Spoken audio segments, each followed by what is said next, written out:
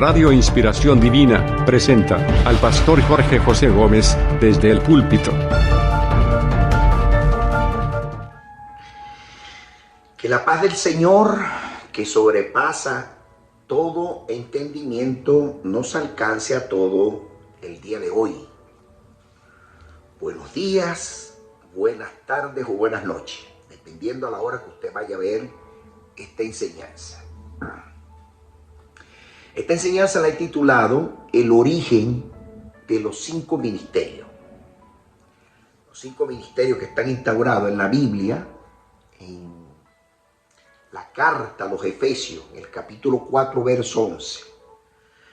Y en 1 Corintios, que vamos a estar viendo la manera sistemática en la cual el rabino Pablo actuó en consecuencia. Es importante que usted sepa que en el tiempo tanto de Jesús como Pedro, Juan y todos estos aportes, estoy hablando de los llamados apóstoles en el occidente, en la traducción griega,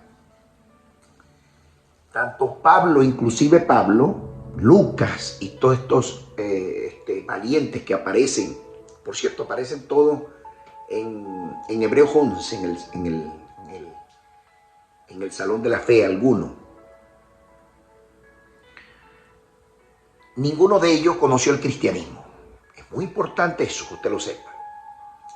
Cuando la Biblia se había escrito, el cristianismo no existía. Decir eso es una irresponsabilidad del tamaño de la luna. Porque los historiadores remiten que el cristianismo, como usted lo conoce hoy, surge con fuerza en el año 318 con el contrato de Constantinopla. De manera que el cristianismo no existía. El cristianismo se formalizó con un emperador llamado Constantino, 325.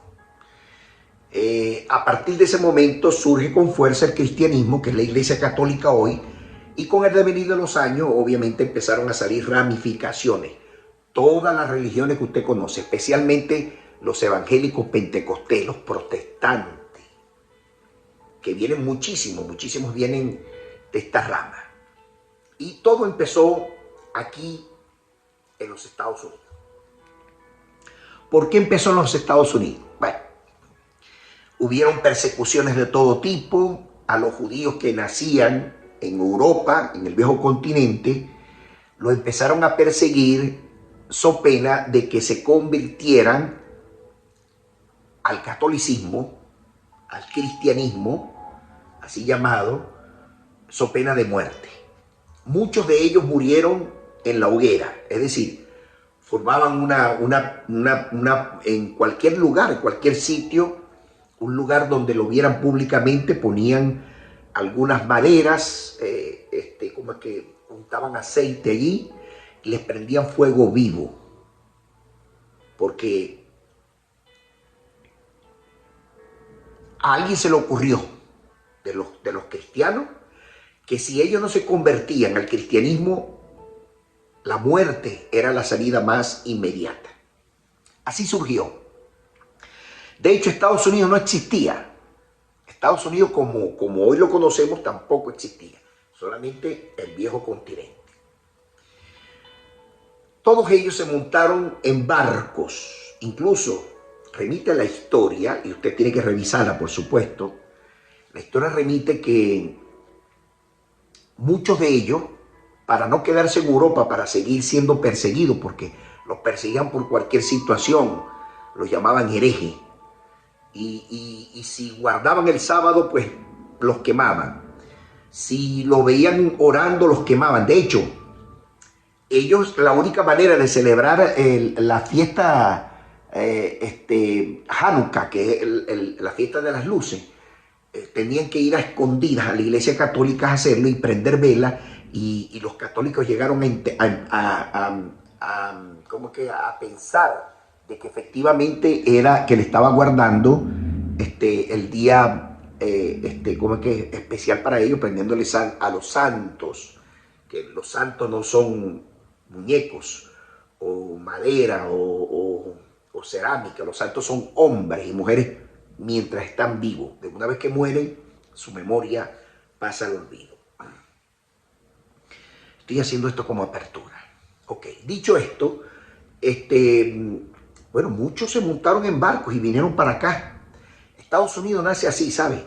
El Día de Acción de Gracias fue esa historia. Se montaron muchos enfermos en esos barcos que venían del viejo continente. Bueno, y llegaron aquí a las costas de Massachusetts. Ahí nace el Día de Acción de Gracias. Todos los que venían ahí eran judíos, nacidos en Europa. Nacidos en Europa. Ya venían con los lenguajes, pero siempre ellos conservaban sus tradiciones. Es decir, oraban a Hashem, a Dios, pues, a Yohei Bajei, y por supuesto hacían sus rituales dentro de sus casas. Siempre fue así. Nunca ha cambiado. De hecho, en este momento, mientras yo hablo con usted, quizás los que viven en Lituania están celebrando también su judaísmo, celebran el Shabbat escondido. Los que están en Cuba, algunos que todavía permanecen en Venezuela, lo hacen escondido. Adoran al Dios viviente de manera escondida porque si lo saben, evidentemente los persiguen para matarlo. Así siempre ha sido. Estos judíos que llegaron aquí con el devenir de los años, muchos de los rabinos que llegaron en estos barcos, bueno, empezaron a predicarle a los evangélicos, a los cristianos, que venían los protestantes, que venían sufriendo, por supuesto, persecuciones también por la Iglesia Católica, por la rebeldía de muchos de ellos. Juan Hus era uno de ellos, que me estoy tratando de acordar de lo que he leído por ahí. Juan Calvino, otro de ellos. Estoy tratando de recordar, bueno, Martín Lutero, que fue el primero que salió, que protestó en contra de las peticiones que hacían los católicos de manera terrible. Estamos hablando no solamente de forma lucrativa, sino también consuetudinaria. Hacían las peticiones consuetudinarias hasta quitarle todo lo que tenía la gente a través de la fe, que hoy no ha cambiado nada. Hoy han cambiado los protagonistas, pero siguen todavía ladrones por allí predicando, y la fe para ellos es un negocio. Y le quitan dinero a los neófitos, por supuesto, las personas que no tienen entendimiento. El origen de los 5 ministerios es precisamente un origen hebreo. Totalmente hebreo. Usted no va a ver, y protestante, por supuesto, porque nuestros primeros pastores aquí en los Estados Unidos, que se extendieron a través de la faz de la tierra, eran judíos todos. Les predicaban a los gentiles, es decir, a los cristianos, y algunos, los que podían hacer la conversión, los que estaban en la puerta, los convertían a justo de las naciones, de justo a las naciones, a prosélito. Y el prosélito, que ya reunía todas las condiciones necesarias para dar el salto al judaísmo, bueno, no le quedaba otra opción a los rabinos de primero practicar la circuncisión, porque es obligatorio, pasarlo por la mikve, por las aguas, purificación, lo que nosotros llamamos bautismo, y una vez que salían del otro lado, bueno, les cambiaban el nombre y les ponían nombres hebreos y se olvidaban de su pasado. Así surgió, de manera que los primeros cristianos, que fuimos separados por los primeros pastores nuestros, llamados los judíos, los rabinos judíos, las iglesias, especialmente las protestantes, tergiversaron con el devenir de los años, ¿verdad? Por desconocimiento. No era porque la gente se le ocurría. Bueno, la forma como la organización hebrea había venido y había hecho incidencia en nuestra doctrina. Por ejemplo, los versículos más tergiversados. Son muchos, pero voy a citar 3 en esta ocasión. Efesios capítulo 4, verso 11. Aquí dice, y él mismo constituyó a unos apóstoles, a otros profetas, a otros evangelistas, a otros pastores y a otros maestros. Cuando usted es una persona que no tiene el conocimiento básico del judaísmo, cuando usted lee literal, usted piensa que estos son cargos ministeriales. y que efectivamente es una jerarquía y usted empieza a locurar en su mente cuestiones que son totalmente inciertas. Y empieza a darle jerarquía cuando el cuerpo del Mesías, el cuerpo de Cristo, que fue insertado al olivo natural, a través de la palabra, por supuesto, el olivo natural es Israel, según lo redacta bien el apóstol Pablo en el capítulo 11 de la carta a los romanos, o la carta a los italianos, a los judíos que estaban en Italia. Pues bien, demuestra consecuentemente de que efectivamente había una manifestación allí, en Romanos 11. De manera que el Mesías es el que lleva a los no judíos, es decir, a los gentiles, a los cristianos, que era lo que hacía el apóstol Pablo también, para que conocieran al Dios de Israel a través de la figura del Mesías, porque el Mesías es el mediador entre Dios y los hombres. En 1 Corintios, en el capítulo 12, verso 28, también el apóstol Pablo hace una mención ahí. Allí dice, a uno los puso en la iglesia, ahí no va la palabra iglesia, porque decir esto es anacronismo, esto fue manipulado. Allí va la palabra sinagoga. Y a unos Dios los puso en la sinagoga, primeramente como apóstoles, luego como profeta, como tercero maestro, y luego los que hacen milagros, los que sanan, los que ayudan y los que administran. Y por supuesto, los que tienen don de lengua. Yo voy a ir explicando cada uno de estos. Ok. Vamos con el en el capítulo Efesios 4:11, los 4 ministerios que aparecen allí que han sido tergiversados a través del tiempo. Los rabinos, que fueron los primeros pastores de las iglesias del occidente, inclusive del naciente América, le predicaban conforme a la sabiduría hebrea. Si usted nota bien,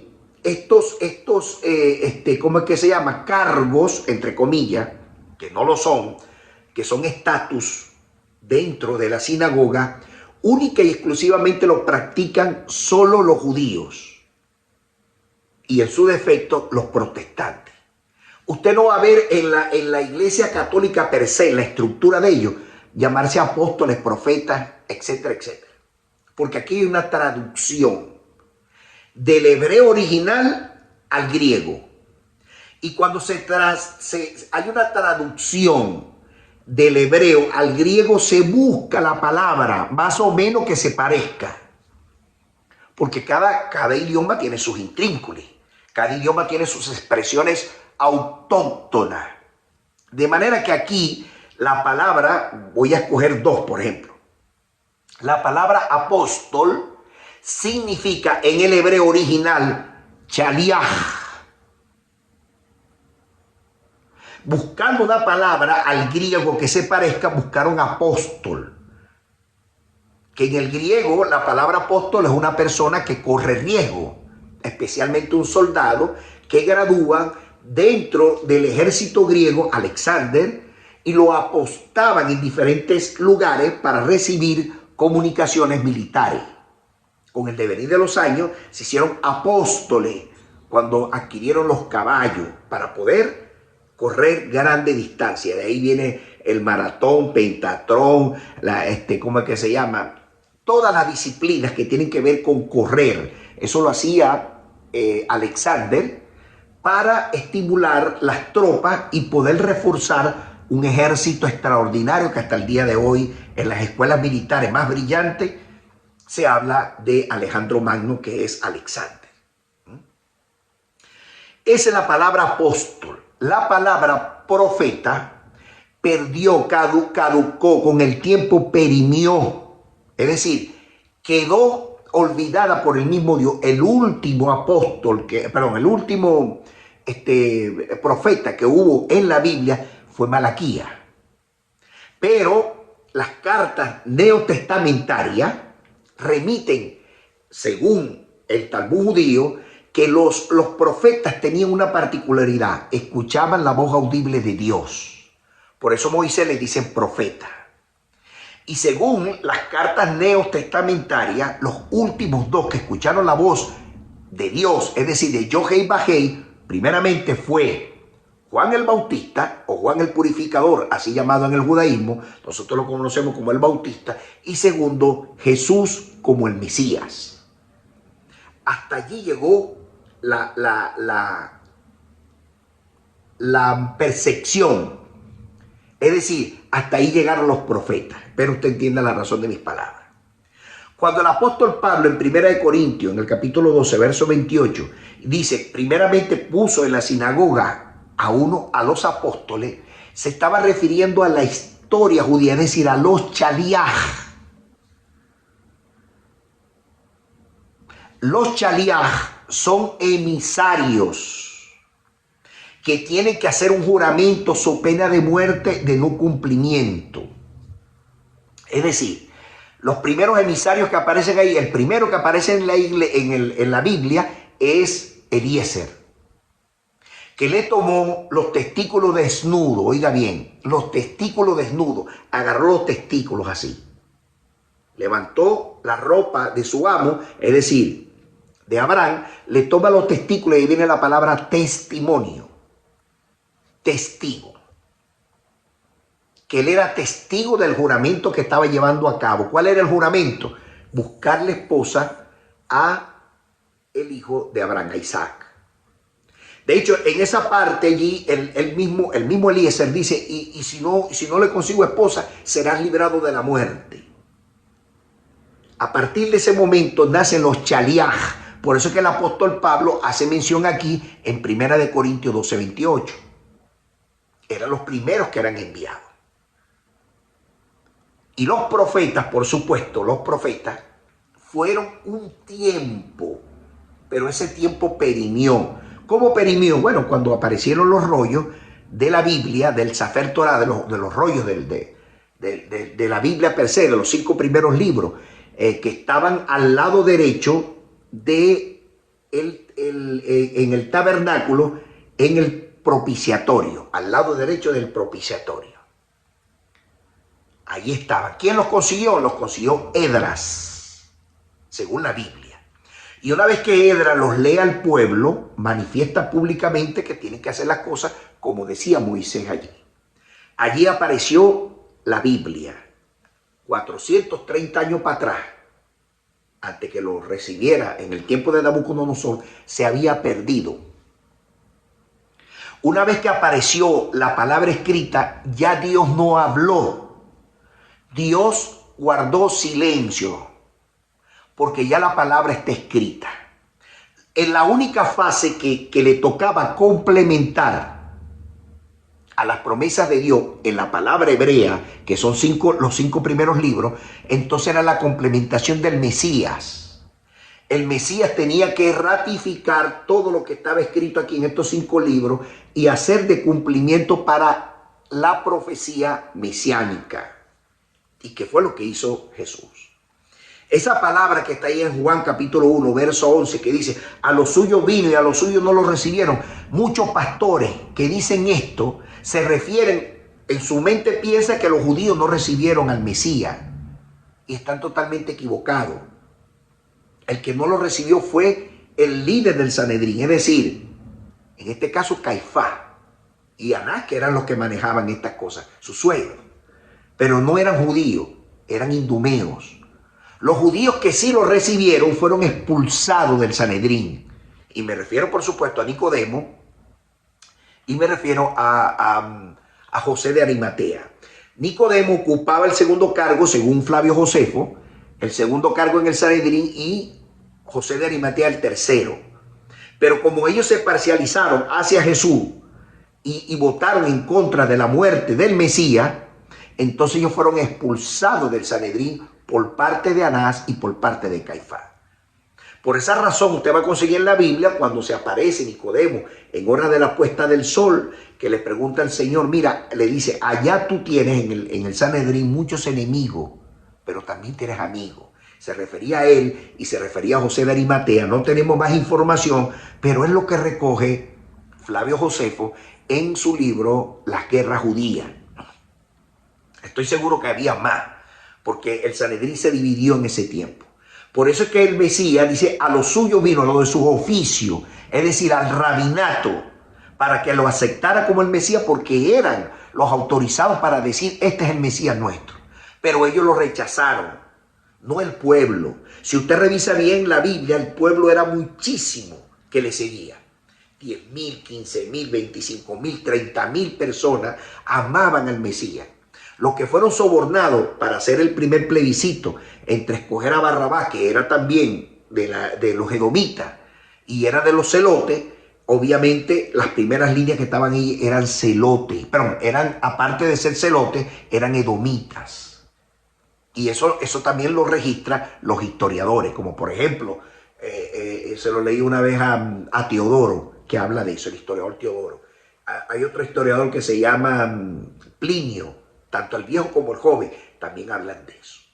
Entonces, no podemos ser irresponsables en decir que, no, a los suyos vino y ellos lo rechazaron. Nosotros somos la Nueva Jerusalén, como dice la Iglesia Católica, y ese es el problema que tenemos de rechazo, el antisemitismo hacia los judíos. Y nosotros en este tiempo profético tenemos que acercarnos más a nuestros padres, es decir, a los judíos. Son los judíos los que siempre nos han enseñado la palabra del Dios eterno. Todo esto viene de Israel, mis queridos hermanos y hermanas. Mira, yo te voy a presentar algunos nombres de uno de los rabinos que estuvieron aquí en Estados Unidos desde el año 1800 y algo, pero que dejaron registro registrado en la sinagoga. Yo he estado en varias sinagogas antiquísimas aquí en los Estados Unidos y he revisado los libros y he visto rabinos judíos que ministraban gentiles. Muchos de esos gentiles terminaron abrazando el judaísmo. Otros terminaron siendo cristianos, que son los de la puerta. Otros, que son los justos de la tierra, terminaron practicando el judaísmo, pero a su forma, a su manera. Otros, los prosélitos, abrazaron el judaísmo. Por ejemplo, el rabino Leopold Kohl, que nació en 1888 y murió en 1953, que fue fundador de la organización Jays for Jesus, o sea, judíos para Jesús, en el año 1938.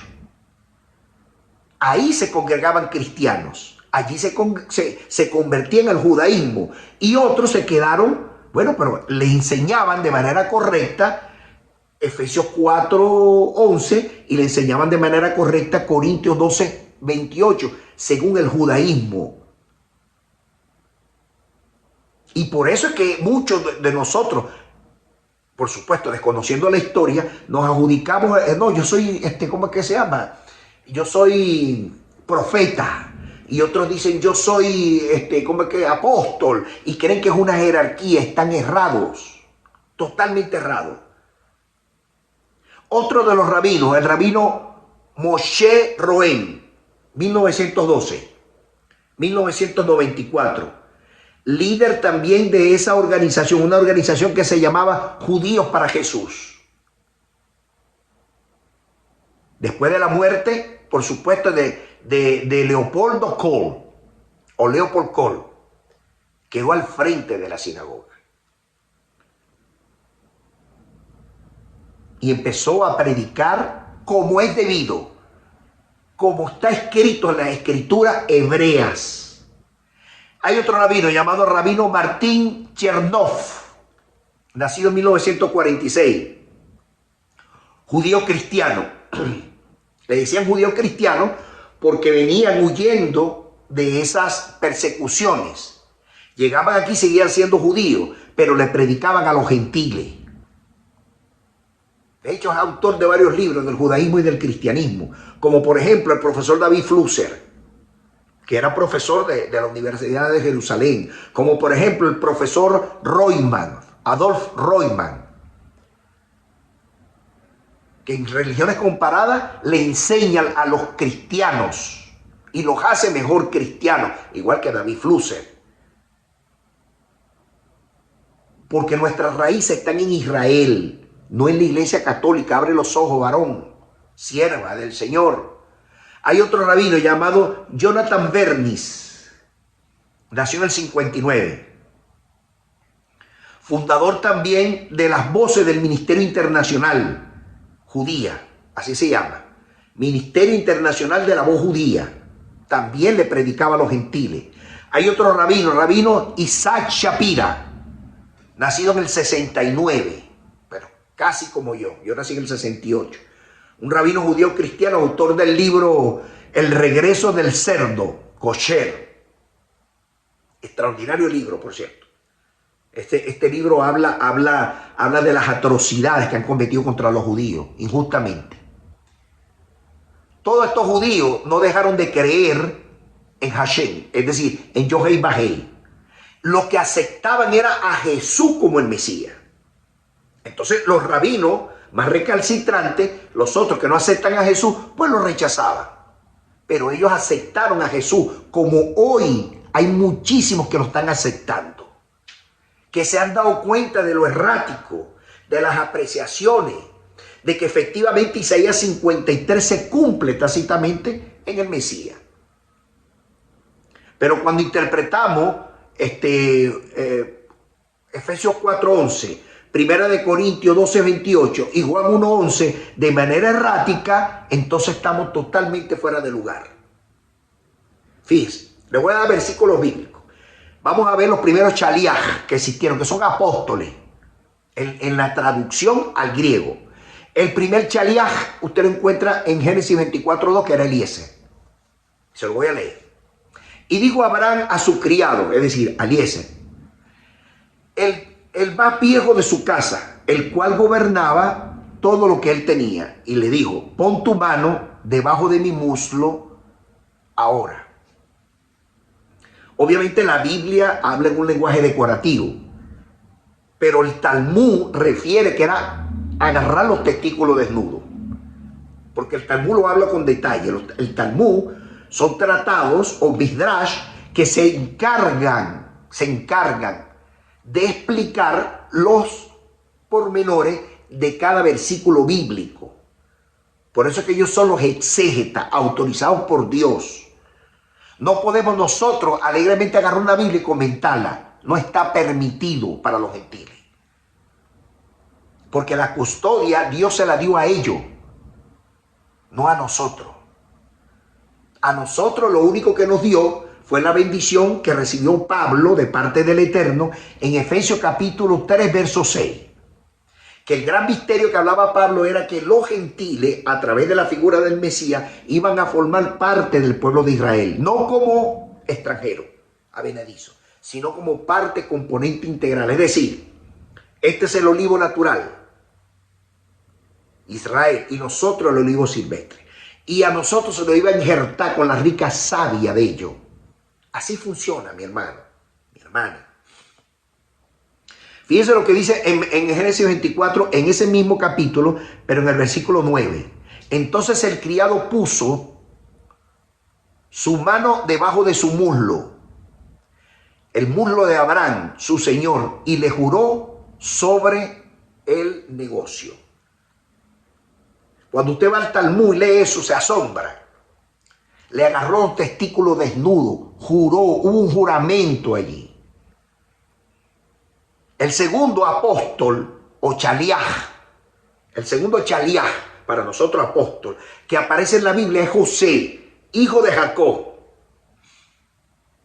Jacob estaba ya viejo, se desnudó y le dijo al hijo: siéntate aquí y agárrame los testículos, para que me jure que me vas a llevar a Israel, que no me vas a dejar enterrado aquí.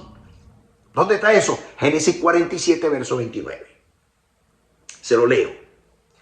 Y llegaron los días de Israel para morir, es decir, de Jacob.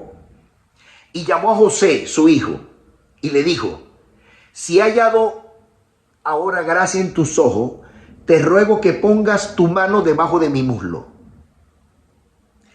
y harás conmigo misericordia de verdad. Te ruego que no me entierres en Egipto.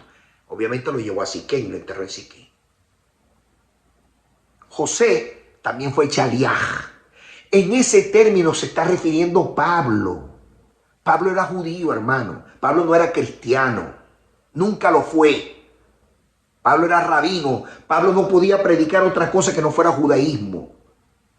Abre tu mente.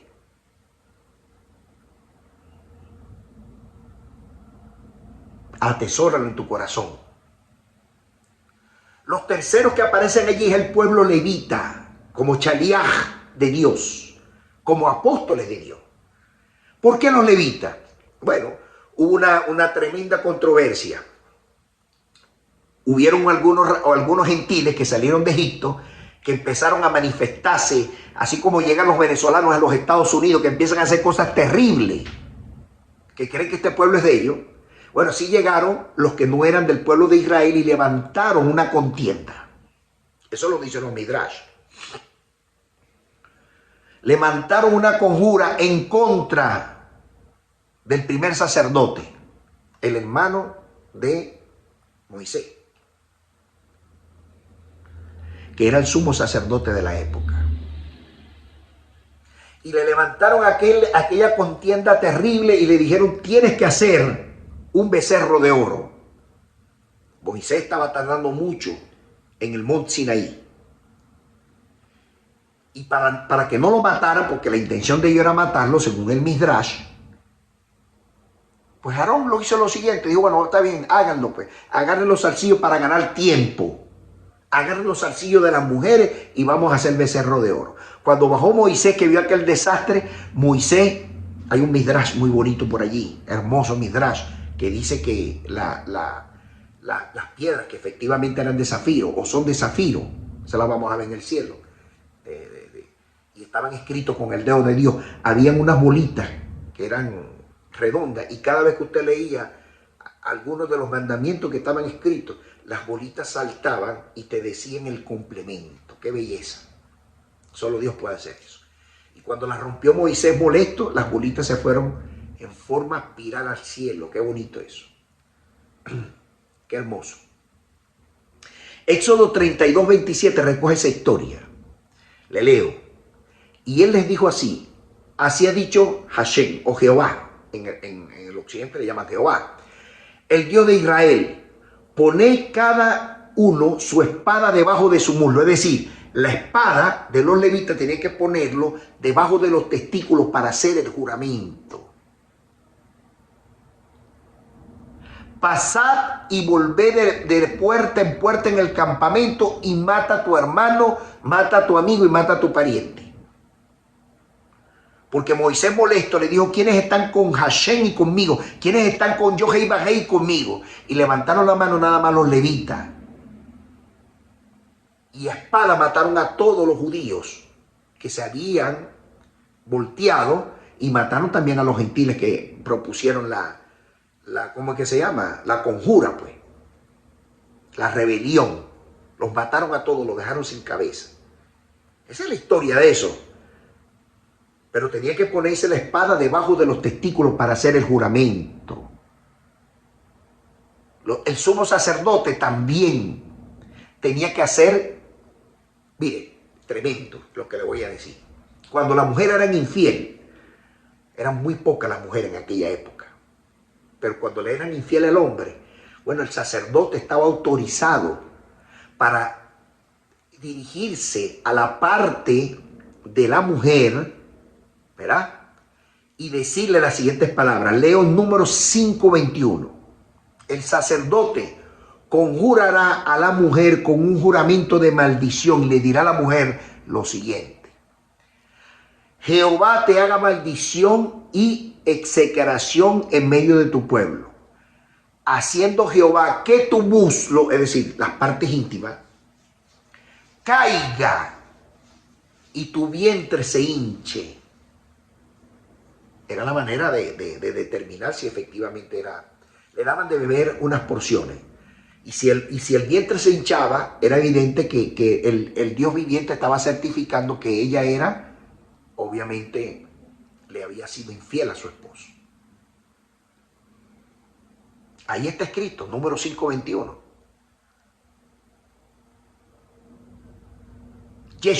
Yeshua, Jesús, también fue otro Chaliaj.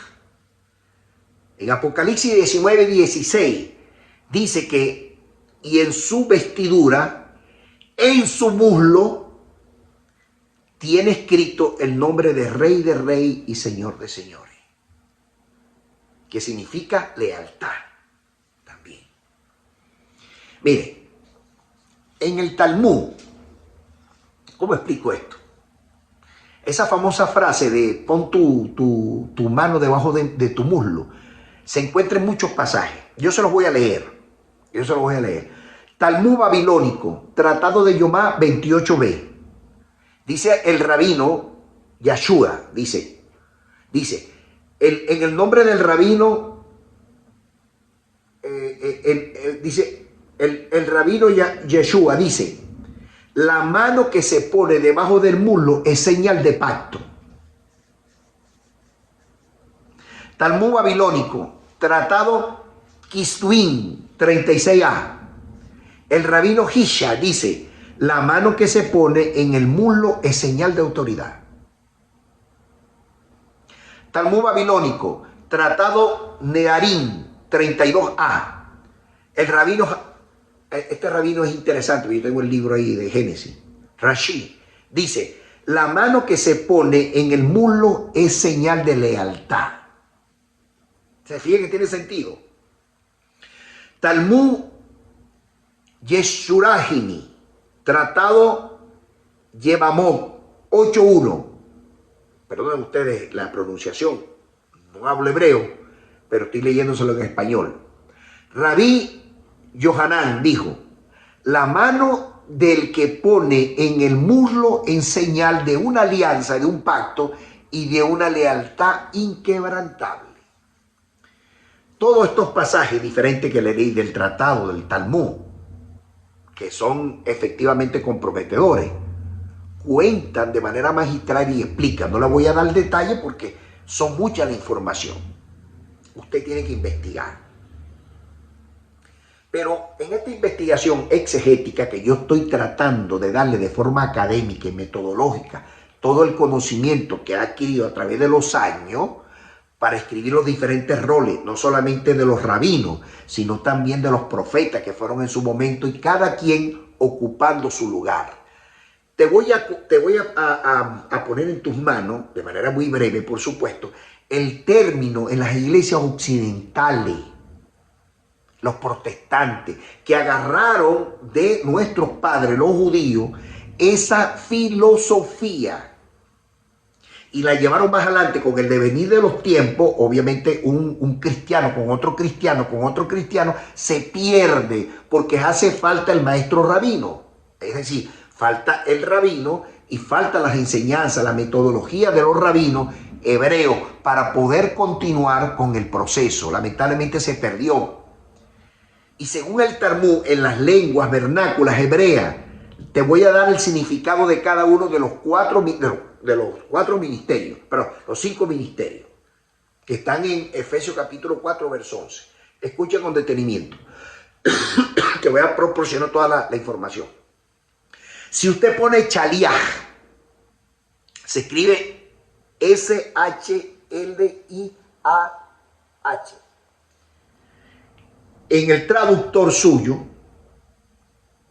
le va a salir representante o emisario o enviado, que es lo que le leí con anterioridad. En la actualidad, un Shaliach es equivalente a un embajador, si lo llevamos a la parte política.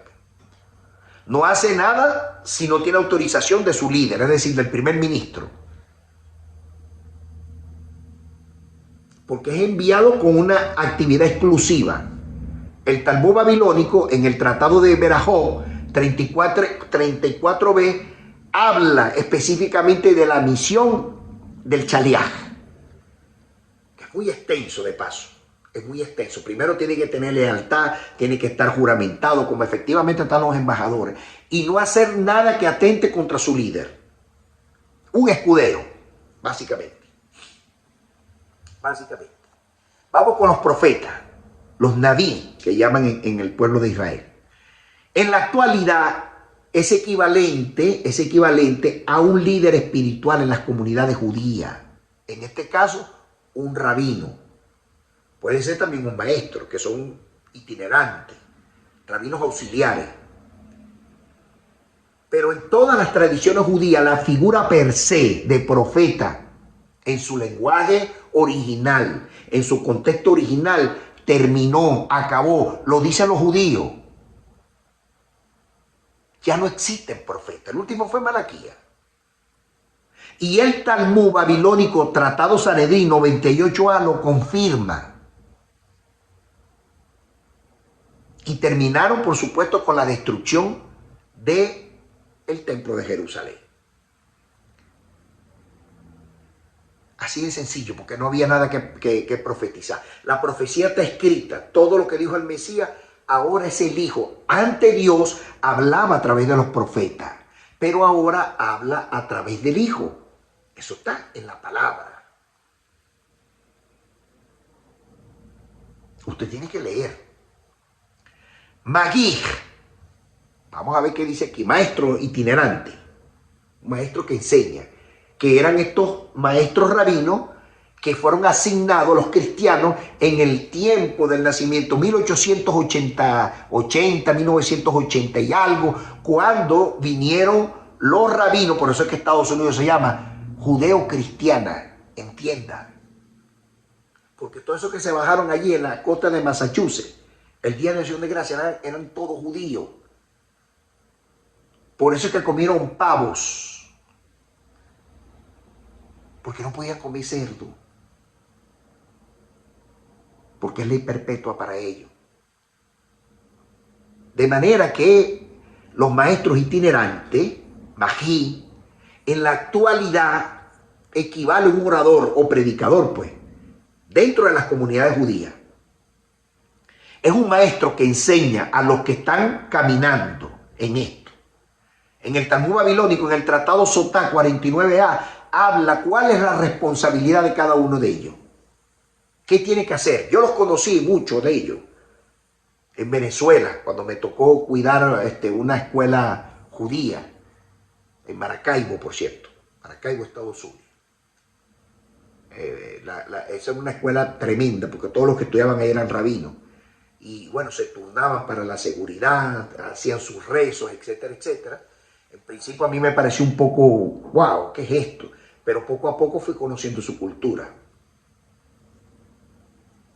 Poco a poco fui conociendo su cultura. Fue de bendición. Ok. Vamos con Roet, que significa pastor. Roet. Es el guía espiritual, por supuesto, de la sinagoga. Equivale a un rabino en la comunidad judía. Designado, por supuesto, por la comunidad. La comunidad le paga su apartamento, le paga su sueldo, por supuesto, si no es de allí, si lo necesita, como hicieron aquí en Estados Unidos, post Primera Guerra y Segunda Guerra Mundial. Aquí no había rabino judío. Bueno, y todos esos que vinieron de la Segunda Guerra Mundial terminaron en Miami, todo, y fortalecieron la fe en Florida y en Los Ángeles, California también. Muchas de las comunidades judías agradecen eso hasta el día de hoy. El Talmud babilónico en el Tratado Barajó 28b habla la puntualidad y la responsabilidad del cargo de cada rabino, que tiene que hacer y no tiene que hacer. Moré, que es el maestro que educa a los niños, equivalente para nosotros como el maestro bíblico. Pero nosotros le hemos dado una... Mire, nosotros hemos mal interpretado esto. El maestro bíblico en el cristianismo es el que enseña a todo el mundo, incluyendo a los pastores, pero en el judaísmo no es así, es a los niños que está enseñando. Porque se supone que ya los que antes se dieron ya tienen tiempo y están preparados, están graduados. Es una profesión, es una universidad, mi hermano, que prepara. Hay que estudiar esto. Yo aún estudio. Yo sigo estudiando, yo estudio todos los días. Bendito sea Dios. Pero esto es una profesión que hay que estudiarla. De manera que es un profesor en la escuela, en una institución judía. Yo recuerdo que yo conocí al Moré. A mí me decía, ahí viene el Moré. El Moré era el maestro de los niños.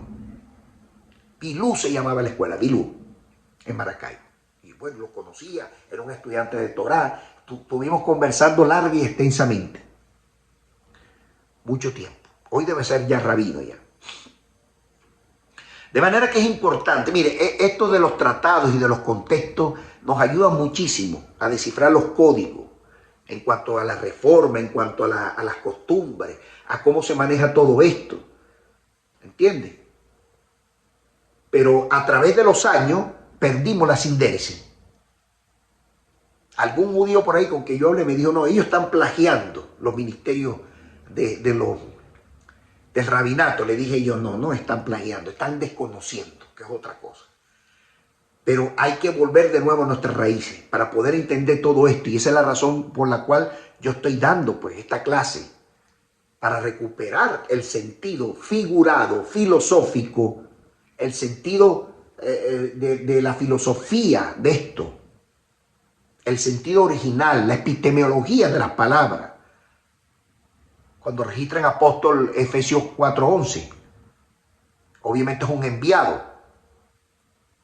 Y en el caso de Pablo, bueno, lo envió el mismo Jesucristo, lo envió, resucitado, por supuesto. ¿Para qué? Para comisionar a los gentiles. Shaliach. Esa es la razón. Bueno, los profetas, en Efesios 4:11, ya usted sabe que están sin efecto. Quedaron, mire, es triste lo que yo voy a decir. La gente en el occidente, sobre todo en mi país, Venezuela, han agarrado esto, lo han relajado tanto, como no estudian, entonces cualquiera aquí es profeta, cualquiera es pastor, todo es un desastre. Un desastre, pero del tamaño de la tierra. Y lo que hacen son brujos, son adivinos, chismosos. Andan por ahí averiguándole la vida a la gente para allá predicar y después desnudarlo por allá. Son agoreros, brujos. Brujería cristiana es lo que hacen.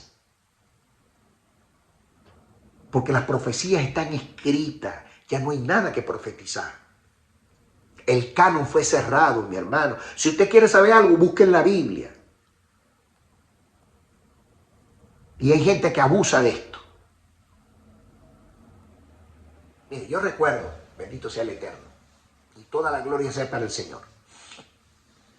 Yo estaba pastoreando allá en Venezuela en una pequeña iglesia. Siempre Dios me ha dado pequeñas iglesias, pero yo hago de esos soldados combatientes.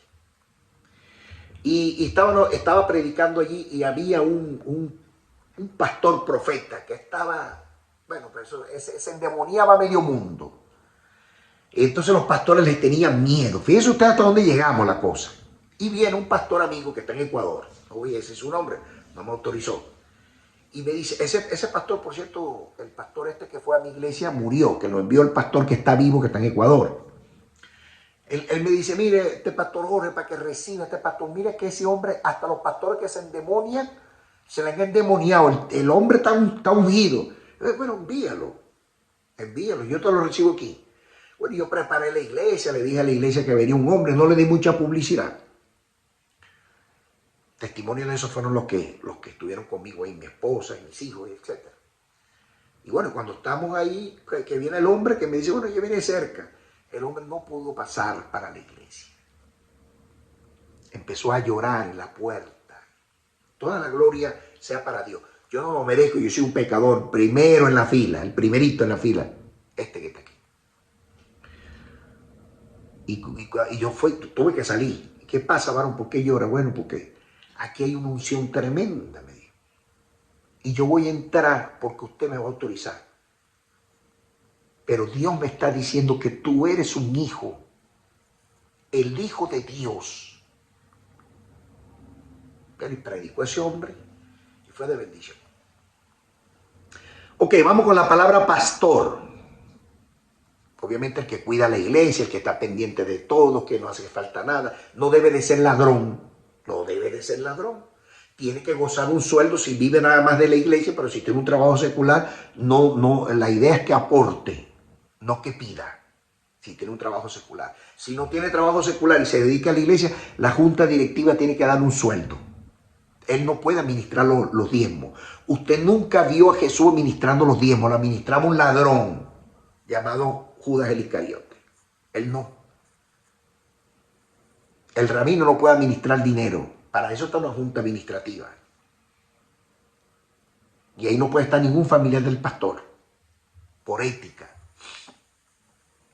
Ahora, si usted es un pastor que se mete toda la plata que entra ahí de ofrenda y diezmo y hace como le da la gana y le paga los estudios a su hijo, le paga el carro, le paga el seguro, paga su casa, se pone un sueldo, vive viajando para arriba y para abajo. Si usted es mujer, se pone seno, se pone pelo y se pone glúteo, entonces usted es una ladrona al mejor estilo de Judas el Iscariote. Usted se va para el infierno. Eso, escríbalo. Porque usted está robando a Dios. Porque el que roba las ovejas roba a Dios. Y dura cosa es caer en las manos del Dios vivo. Ahora, si usted lo está haciendo como manda la Biblia, yo he enseñado estas cosas por aquí, como la Biblia manda, de manera categórica, responsable, ministra los recursos de Dios como buen administrador que es, usted no va a tener problemas. Y el maestro, por supuesto, el maestro bíblico, que ya yo le dije, ayuda a entender y a explicar los principios bíblicos, pues el maestro de los niños de la escuela dominical. Ahora, ¿qué está pasando ahorita en estos tiempos?